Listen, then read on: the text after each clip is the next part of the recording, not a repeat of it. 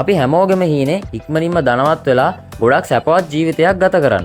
හැබැයි ගොඩ දෙනෙක්ට තියෙන ප්‍රශ්නේ තමයි කොහොමද ඉක්මනින්ම ධනවත් වෙන්නේ කියන එක.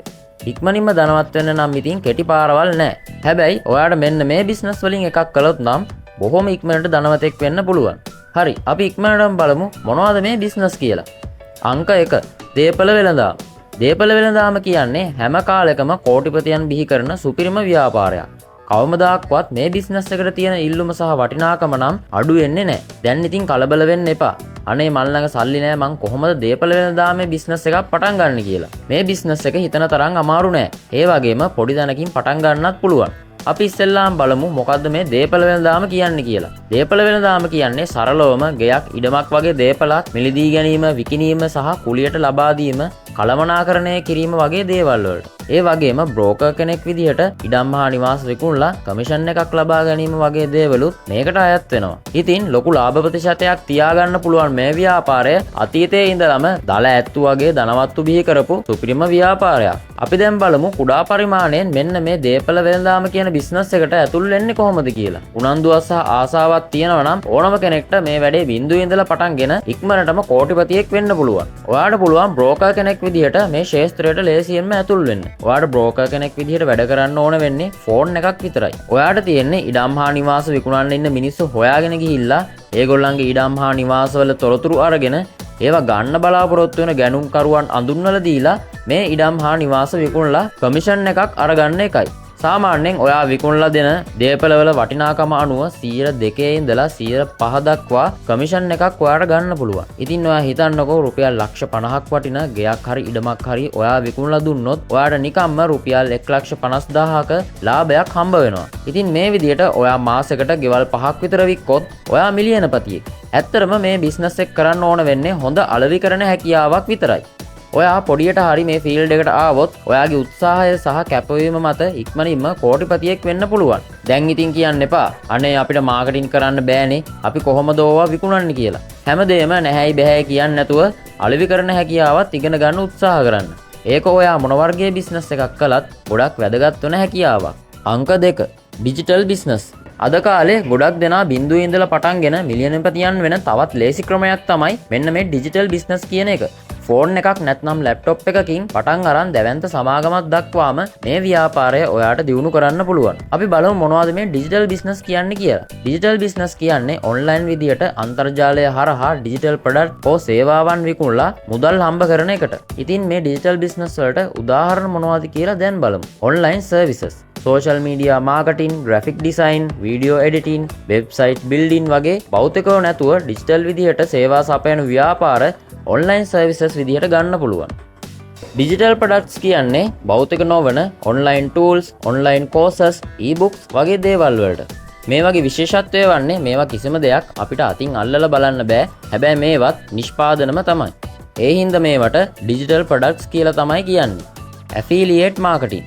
ඇෆිලියේට් මාකටිං කියන්නේත් මේ ඔන්ලයින් විදිහටම භාණ්ඩ විකුණන වෙබ්සයිට් තියෙනවනේ, eBay, AliExpress වගේ.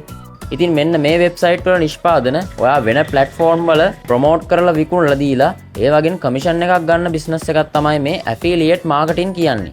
ඔන්ලයින් කෝචින්. ඔන්ලයින් කෝචින් කියන්නේ ඔන්ලයින් විදිහට යම් යම් දේවල් උගන්වන එකට.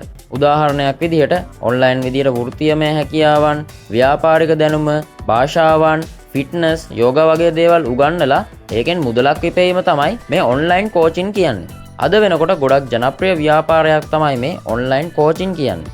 ඉතින් මෙන්න මේ ව්‍යාපාර තමයි ඩිජිටල් ව්‍යාපාර කියන්නේ. මේ ඩිජිටල් ව්‍යාපාර කරද්දී ඔයාට විශේෂ වාසි හම්බ වෙනවා. ඒ තමයි ඊටාම අඩු ආරම්භක වියදමකින් මේ ව්‍යාපාර පටන් ගන්න පුළුවන් වීම. ඒ වගේම ජාත්‍යන්තර මට්ටමේ වෙළඳපොළකට ඔයාගේ මේ සේවාවන් ලබා දෙන්නත් පුළුවන්. ඒ වගේම මේ ඩිජිටල් ප්‍රොඩක්ට්ස් බිස්නස් කරද්දී ඔයාට භෞතික සම්පත් ඊටාම අඩු විදිහට තමයි ඕන වෙන්නේ. ගොඩක් ඩිජිටල් බිස්නස් කරන්න මොබයිල් ෆෝන් එකක් නැත්නම් ලැප්ටොප් එකක් වගේ තියෙනවා නම් හොඳටම ඇති. ඒ වගේම කඩකුලියට ගන්න ඕනෙත් නැහැ. රෙන්ට් ගෙවන්න ඕනෙත් නැහැ. ඒ හින්දා ඔයාට ගොඩක් ලොකු ලාභ ප්‍රතිශතයක් ගන්න පුළුවන්. ඉතින් ඔයත් ඩිජිටල් බිස්නස් එකක් පටන් ගන්න උත්සාහ කරන්න. අංක 3. අපනයන ව්‍යාපාර. ඉක්මනින්ම කෝටිපතියෙක් වෙන්න පුළුවන් තවත් එක බිස්නස් එකක් තමයි මේ අපනයන ව්‍යාපාර කියන්නේ. ඒ වගේම ලංකාවේ ඉන්න කෙනෙක් විදියට ඔයාට මේ බිස්නස් එකට ලේසියෙන්ම ඇතුළත් වෙන්නත් පුළුවන්. මොකද ලංකාවේ ඕනෑ තරම් විදේශ රටවල් වලට ලේසියෙන්ම අපනයනය කරන්න පුළුවන් ඉතා ඉහළ ඉල්ලුමක් තියෙන නිෂ්පාදන තියෙනවා. වාර්ෂිකව ඩොලර් බිලියන 12,000 අතර භාණ්ඩ හා නිෂ්පාදන ලංකාවෙන් වෙනත් රටවල් වලට අපනයනය කරනවා. මේ වගේ වැඩිපුරම අපනයනය කරන භාණ්ඩ අතරට අයත් වෙන්නේ රෙදිපිරි සහ ඇඟලුම් නිෂ්පාදන, දේශීය තේ නිෂ්පාදන, දේශීය කුළුබඩු නිෂ්පාදන, පොල් සහ රබර් ආශ්‍රිත නිෂ්පාදන තමයි. ඒ වගේම කුෂිකර්මාන්තය ආශ්‍රිත නිෂ්පාදන, හස්තකර්මාන්තය ආශ්‍රිත නිෂ්පාදන, පරිසර හිතකාමී නිෂ්පාදන, මැණික් හා ස්වර්ණාභරණ නිෂ්පාදනත් ඉතා ඉහළ ලාභ ප්‍රතිශත තියාගෙන අපනයනය කරන්න පුළුවන්. අංක 4 මැණික් ව්‍යාපාරය. මැණික් ව්‍යාපාරය කියන්නේ කෝටිපතියන් බිහි කරන වටිනා ව්‍යාපාරයක්. ඒ වගේම ජාත්‍යන්තර වශයෙන් උත් ලංකාවේ මැණික් වලට ඉතා ඉහළ පිළිගැනීමක් සහ ඉල්ලුමක් තියෙනවා. හරියට ඉගෙනගෙන කරොත් ගොඩක් ලේසියෙන් ඔයාට ධනවත් වෙන්න පුළුවන් ව්‍යාපාරයක් තමයි මේ මැණික් කියන්නේ. ඉතින් ඔයාට මැණික් ගල් මිලදීගෙන කපලා ඔපදාලා අගය වැඩි කරලා දේශීය වගේම විදේශීය වෙළඳපොළටත් විකුණන්න පුළුවන්. දේශීය විකුණනට වඩා මේ මැණික් විදේශීය වෙළඳපොලේ ඉතා ඉහළ මිලකට විකුණ ගන්න ඔයාට හැකියාව තියෙනවා.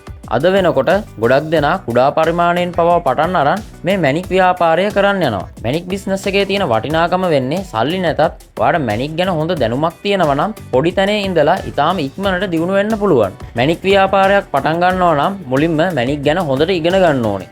මේ මැණික් ගැන ඉගෙන ගන්න එක ඊටාම වැදගත් මැණික් ව්‍යාපාරයක් පටන් ගන්න යද්දී. නැත්තම් වෙන්නේ ව්‍යාපාරයේදී ඔයා ව්‍යාජ ගල් වලට රැවටිලා අමාරුවේ වැටෙන්න පුළුවන්. ඉතින් ඕනම ව්‍යාපාරයක අවදානම සාගත පැත්තක් තියෙනවා තමයි. ඒකට කරන්න තියෙන්නේ ඔයා මැණික් ගැන හොඳට ඉගෙනගෙන මේ වැඩේ පටන් ගන්න. ඉතින් මෙන්න මේ ව්‍යාපාර වලට පුළුවන් ඔයාව ඉක්මනටම කෝටිපතියෙක් කරන්න. ඉතින් ඔයා දියුණු වෙන්න ආස නම් ඉතින් නෑ බෑ නොකියා අදම පොඩියට හරි යම්කිසි දෙයක් පටන් ගන්න උත්සාහ කරන්න. අපි ඉස්සරහට මේ ව්‍යාපාර ගැන ගැඹුරින් සාකච්ඡා කරන්න බලාපොරොත්තු වෙනවා. ඒ හින්දා බිස්නස් ටොපික්ස් අපේ YouTube channel එක subscribe කරලා තියාගන්න. ඕගොල්ලන්ට සුබ දවසක්.